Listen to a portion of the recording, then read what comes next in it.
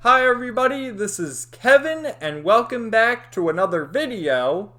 And today, I would like to share my thoughts on Final Fantasy V, which is the third of what I like to consider the forgotten Final Fantasy games in the same vein as Final Fantasy II and III.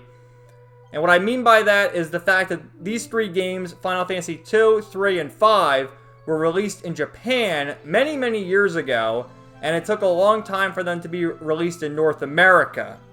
In Final Fantasy V's case, it was originally released in 1992 on the Super Famicom, only in Japan, and then it wasn't until 1999 when it was re-released on the PlayStation in North America. And it was actually bundled with Final Fantasy VI. I believe it was called the Final Fantasy Anthology. And PlayStation was pretty good about that because, you know, the first 6 Final Fantasy games were either on the NES or Famicom, SNES, and Super Famicom, with 7, 8, and 9 releasing on the PlayStation. So Square, at that time with Squaresoft, decided to, you know, re-release them. And they did another bundle with Final Fantasy 1 and 2. And they did another one with Final Fantasy IV and Chrono Trigger, which Chrono Trigger was also another Squaresoft title. Kind of interesting that they skipped over 3 in all those cases, but we eventually got 3 with the DS remake and then on Steam and now with the Pixel remasters. So then some years later, in 2006, they re-released Final Fantasy V again. And that's actually the version that I played way back when. And from what I remember, there was additional job classes. I think there was 4 additional job classes, as well as a bonus dungeon and some more super bosses, which Final Fantasy V had 2 super bosses in Omega and Shinryu. And Omega has gone on to become a super boss in most of the Final Fantasy games. And 10 actually has a dungeon called the Omega Ruins named after Omega, so that's pretty cool. And now, of course, we have the Pixel remasters, so these games are all easily accessible. But after replaying Final Fantasy V, if you've been paying attention to the channel, I've been replaying all these old games with the Pixel remaster. I want to declare something that might not make a lot of sense right now, but let me explain in a minute or two. And that's the fact that I believe Final Fantasy V is the best Final Fantasy game that Final Fantasy fans haven't played. What I mean by that is, I don't think every Final Fantasy fan has played all the games. You know, take me for an example. I've played pretty much all the games with the exception of the MMORPGs, so 11 and 14, 12, and 16. And we're just talking about mainline games here because I have played some spin-offs, but if we were to talk about all the spin-offs, I'd be here all day. So, I played most of the games. I think the average Final Fantasy fan has played a combination of, you know, 7, 9, 10. If they're a newer fan, they probably played 15, 16, 7 Remake, of course, even 7 Rebirth, which just came out. And maybe some of them played 1, 4, 6. But I doubt most Final Fantasy fans have played 2, 3, and 5. And what I said before, Final Fantasy V is the best Final Fantasy game that the Final Fantasy fans haven't played. And it's sad to see it written off as, oh, it's just a better version of 3, which it is. And the main reason people say that is because 5 has the job system, 3 has the job system, 3 being the NES game, and then 5 being an SNES game. Obviously, there's going to be improvements there, and there's great improvements with the job system. It's so much fun. But 5 has a lot more going for it. You hear in the background right now, we're listening to Lena's theme. Excellent music. This is the original song, too. It's not the arranged version, which, you know, I like this version better, but I will say the Battle of the Big Bridge, Gilgamesh's theme, the arranged version's better, but that's a topic for another day or later in this video, perhaps. But more so than that, the characters in 5 are all very likable. This has got to be the funniest Final Fantasy game, and I think the second for me would be Final Fantasy IX. That's also a very funny game. But 5 also has some really dark and emotional moments, too. It really pulls at your heartstrings. It hits you in the feels, if you will. You know, there's more firsts. It's so cool to, you know, see the firsts playing all these games, like in 2, the Chocobos, and 3, the Moogles, the job system, all this stuff. Well, in 5, the Tonberry. Omega, all this stuff, man. It's so cool. Mid, who is Sid's grandson, and Mid has appeared as another character in the other games. Recently in Final Fantasy 16, which, forgive me, I haven't played that one. But I do know Sid obviously is in the game, and I'm not sure if it's either his daughter or some sort of relative, but I know they turned Mid into a girl, and it's some relation to Sid in that game, so that's cool. But yeah, Mid makes his first appearance here, and the dynamic between Sid and Mid in this game is so good. And I'm going to go out on a limb. I know people love 7 Sid, and I do too. Drink your goddamn tea, Shara. I really love Final Fantasy X Sid, but Final Fantasy V Sid might be the best Sid in the entire series. So good, man. But yeah, the villains are all really good. X-Death, excellent villain. And when you get to the final battle of X-Death, there's a lot of inspiration for the final boss with Kefka. We'll get to that. I guess that's kind of spoilery, but I have a spoiler section planned because of the meaningful character deaths that continue here. Again, that was a trend that started in 2. Everyone likes to bring up Aerith, rightfully so. I mean, you know, meaningful death. But there's meaningful deaths in 5 and more than 1. And that was also the case in 3. And it's sort of like pushing back because in 4, there were a few character deaths there, but there were a lot of fake-out deaths. And here we go a game later with Final Fantasy V, and the meaningful deaths return, and they actually matter because it's not a fake-out. So really good stuff. The characters are all very interesting. So in 4's case, you had a rotating party where Cecil was always there, but then Kain would come and go. Edge, Rydia, she came and went a few times. Yang, Rosa. The party was always changing. In this case, there's 4, I guess technically 5 party members with Bartz, Lena, Faris, Galuf, and then Kryl. And they all have such a great dynamic together. Bart's just the happy-go-lucky adventurer. Lena, the princess, whose father is King Tycoon, guarding the Wind Crystal. Faris, the swashbuckling pirate, who ends up, well, I guess we'll say that for the spoiler, but her connection to Lena. Galuf, the legend, who right away when you meet Galuf, he shows up, "I'm sorry, kid, I have amnesia," which is a direct reference to Daish from Final Fantasy III, who also said he had amnesia, but then he remembers, and Galuf also remembers. So I love that trope. That's like a reoccurring trope in pretty much every JRPG, that someone has amnesia. It's so good. And then Kryl, Galuf's granddaughter, who is such a sweet little girl. And then, like, the side characters I mentioned, Sid and Mid. And then there's the Dawn Warriors. Gilgamesh, which Gilgamesh has been a reoccurring character in most of the games that followed. Whether he's just a side character, a boss. I think, is he a summon in some games? He might be. I know he appeared again in Final Fantasy VII Rebirth because I saw him in the trailer. And he has a similar personality to his personality in this game, which is just so good. But I love the game, man. And like, it is cool.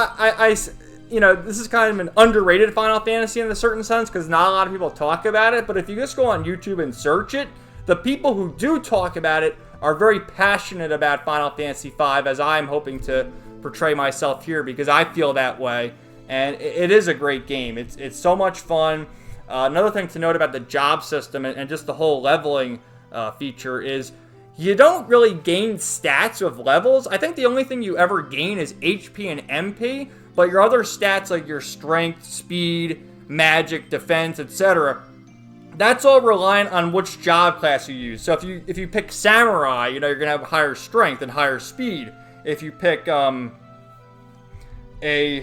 let's say, Summoner, you're going to be a little slower but have higher magic. And it's so cool to balance things out. And then, like, you can mix and match after you max out your job classes. You know, put the Time Mage stat as your ability, and then you can use Haste, and then later on Hastiga, and then Meteor, and all the cool spells that way. So it's a really, really fun game. I had so much fun playing it. With 4, you would go from a lot of story beats. It goes kind of quickly. I think that took me maybe 14 hours to beat. This game took me around 25 hours to beat. So it's almost twice the length. And, like, it has a lot of meaningful story moments, but then there'll be a break. And it's like, okay, where do I go now? And you explore the new areas of your airship, the submarine, all the things you unlock. and you do some level grinding, and then you advance the story. So it allowed you to breathe a little bit. Anyway, let me go to some of my screenshots with the slideshow I prepared. I've already gone 10 minutes talking about it, haven't gone to the pictures, but yeah, it has some of the great tropes like the power of friendship. So I mentioned before Galuf of his amnesia, and then, you know, he remembers that's his granddaughter with the blonde hair in front of him, Kryl. And he's like, they're my friends, I have to fight for them. It's just, I love it, man. The power of friendship always prevails. There's Sid, which they have him locked up because of his, you know, he's always manipulating the technology, and he was messing around with the crystal, which one of his devices was actually the cause of destroying the crystal. I believe the fire crystal. And he was all pissed off about it. But then his grandson, showed up, and they were able to work through it. And just like the language, oh, horse feather. Like, I think later on he says, oh, pish posh. He was great, man. I loved Sid in this game. So good. There's Mid. Sid and Mid, which they get the airship going. And he needs the adamantite, which you fight in Adamantoise, which is the giant turtle. Remember that thing from Final Fantasy 15? It takes like an hour to defeat that super boss. There's X-Death, which, he's kind of an over-the-top villain, but that's why I like him. Whoa! You know? There's Gilgamesh, who shows up, and Gilgamesh, what a bro! The legend, Gilgamesh! Ha ha! Guess who's been waiting behind this door the whole time? Yes! It's me! Took you long enough, too. I was getting worried you might have gotten lost. And you fight Gilgamesh in battle, and after you defeat him in the battle, like, he doesn't die. He'll talk to you in the battle, and he says, oh, I just remembered something. See ya, and he runs away. And this is like later on when you're fighting him, and he falls into the water. I call foul. That's playing dirty. Like, what? He calls foul. What are you doing, bro? And then the Moogles, which again, they made their debut in Final Fantasy 3, but I don't think they even appeared in Final Fantasy 4. I don't think they did. But they're here now. Kupo! You go to the Moogle Forest. And this one is another thing with the dual worlds and the dual continents and stuff. In this case, there's Bart's world and then Galuf's world. And Galuf arrived via meteorite, of course. Because of course he did. And then the worlds merge later on. But I'm going to have to get to spoilers now because of the meaningful character deaths. And I do want to talk about that. So this is your spoiler warning if you haven't played the game. Otherwise, I can't recommend it enough. As I said earlier, Final Fantasy V is the best Final Fantasy game that you haven't played. Or maybe you have played. But I'm assuming most of you haven't. Anyway, spoilers. So, a lot of characters die in this game. In particular, the Dawn Warriors. It starts off with Dorgan, who had already died. He died 3 years before Bart's began his journey. And you go back to Bart's hometown, and you can visit the tombstone where his parents are buried. And Dorgan was from Galuf's world, but decided to stay in the other world because they used the crystals to seal away X-Death. So, eventually you meet the others. There's Zizat here, who sacrifices himself. And he says, Galuf, Bartz, Lena, Faris, the rest is up to you. He sacrificed himself. There's also Kelger. And there was the other one who turned into a turtle. I forget his name. Oh, Jito, that's his name. Yeah, that's his name. He turned into a turtle. That reminded me of JoJo's Bizarre Adventure Part 5, which is so funny considering this is Final Fantasy V, and that's Part 5 with Polnareff turning into the turtle. Holy shit, there's got to be a connection there, isn't there? But anyway, so X-Death, he breaks the seal from the crystals, and he starts attacking, and everyone is being suppressed by the power of the crystals, but Galuf breaks free to fight X-Death. And you see here, you actually battle X-Death with 0 HP. Galuf is not going down without a fight. The legend, I'll destroy you, X-Death! And obviously you lose. Like, you beat X-Death, but he's still powerful, and he ends up killing Galuf in a really emotional scene. And before that even, Kryl was about to die. There was a circle around her, and then Galuf pushed his granddaughter out of the way to sacrifice himself, saving his granddaughter. In a really emotional scene. For how they're able to portray it with the limited graphics, with the music, everything else playing, really, really emotional. Excellent storytelling. And he says right there, Bartz, Lena, Ferris, my dear Kryl. And he leaves the rest up to them. So I feel bad because why I had the slideshow set up this way, but I go into more jokey stuff for some reason. Let me I don't know how to transition this, so we'll just go here to the next slide I have, which after that they think everything's all well and good because Exdeath has been defeated, so they're all celebrating a little. And one of the things early on was the fact that Ferris was a pirate, but she's really the sister of Lena, and they got separated years ago and was taken in by the pirates. And, you know, she's a smoking hottie. And Bartz is looking at her like, whoa, look at his eyeball. She's gorgeous. But this is how the game, like, it does a great job. This is how I should transition things. Like, the duality between having these really emotional, heartfelt moments to the expression on Bart's face, to even a scene like this where you meet Boko, that's Bart's chocobo early in the game, and then later on you're looking for him, and oh, there's Coco, that's Boko's wife.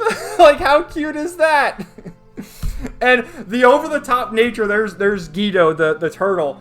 The over-the-top nature of this game, in that Exdeath is really a tree. He's a tree. And he turned himself into a splinter. While he's doing his evil laugh. And he like knocks the turtle over. He hits the turtle, knocks him out of his shell, and it's like, what the hell is going on, game? Like, that's what makes Final Fantasy V so great. And then you get these wonderful scenes again with Sid and Mid where they bump into each other, the over-the-top nature of their expressions, like, oh, my head's spinning. Are you okay, Grandpa?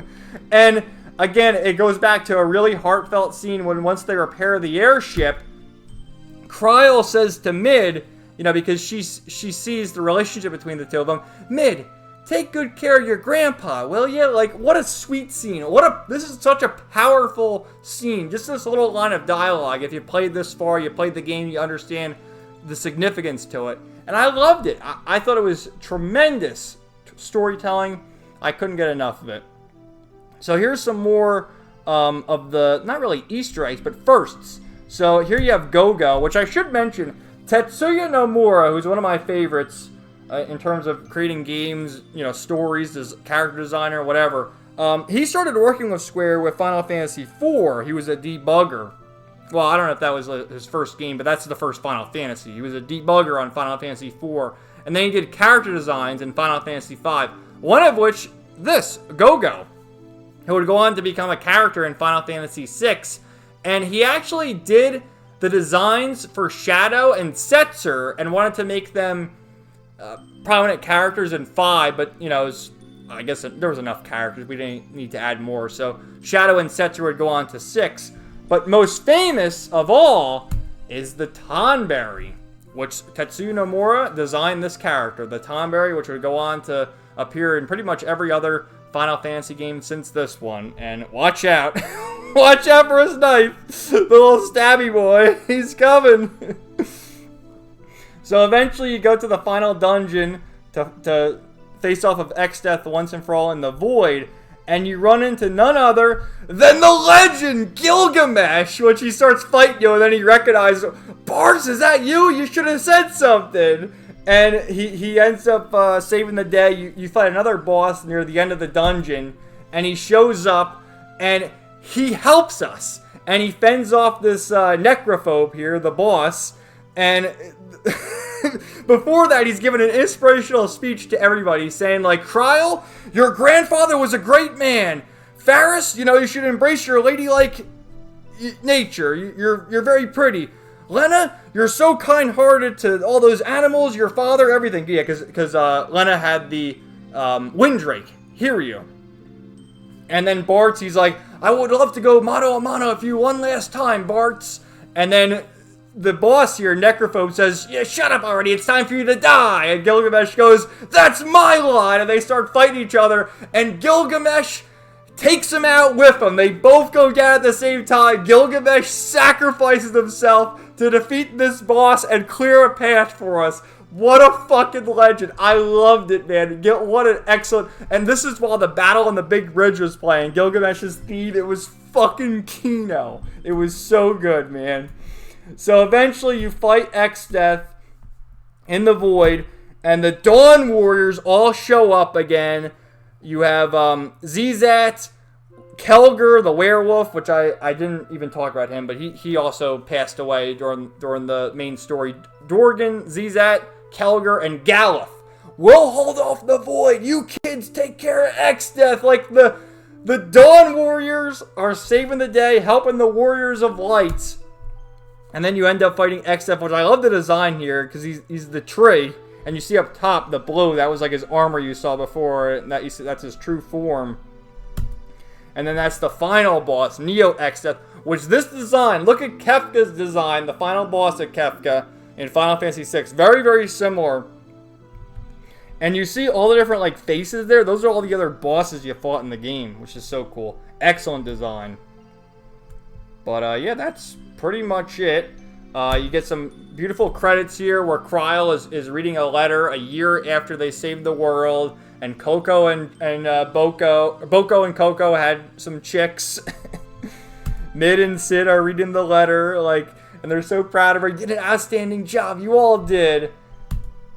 And that's where Galuf died, and Kryl was leaving a flower for her grandfather. Everyone shows up, like, yeah, of course we're here. And you get this beautiful credit scene with everyone there. And it's just great. It's just great. So, I absolutely loved Final Fantasy V. What a fantastic game. Like I said before, it does a great job of balancing the humor and the really somber moments with the sacrifices. All the deaths felt meaningful, while 4, you know, had the fake out deaths, which I don't mind the fake out deaths. I really don't. I hope I expressed that well enough in my Final Fantasy IV video. But it's nice to have them where they actually matter. They don't overdo it, but they don't like, okay, Galuf's back. Like, the reason he came back in the void is because they're in the void. I mean, that makes sense. You can do that, okay? That works. But it's not like, you know, Sid jumping out of the airship and then, oh, he's okay. He's just recovering in the underworld. So I like that. I loved all the character dynamics, the expressive nature of them, Sid and Mid, and just the customization of the job classes, breaking the game that way.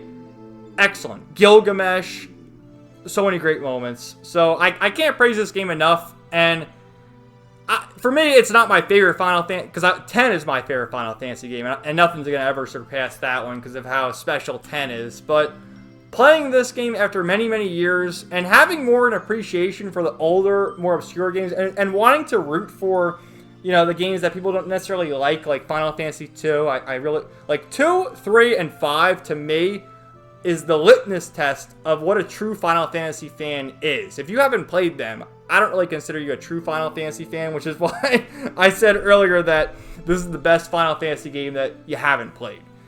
So, I stand by that. I can't recommend it enough. It might even be my second favorite Final Fantasy game now, surpassing 8, but I have to think about that and replay 8 to form a conclusion there. I can say it is the best SNES Final Fantasy. It's better than 4, it's better than 6, in my opinion. But anyway, I will be playing 6 next, so maybe I can revise that opinion in that video. And I just love it. I have no complaints of it whatsoever. Fantastic, excellent pacing, excellent characters, excellent music, excellent story. I loved it. So, let me know what you guys thought in the comments down below, and we will talk to you later. Peace out. 99.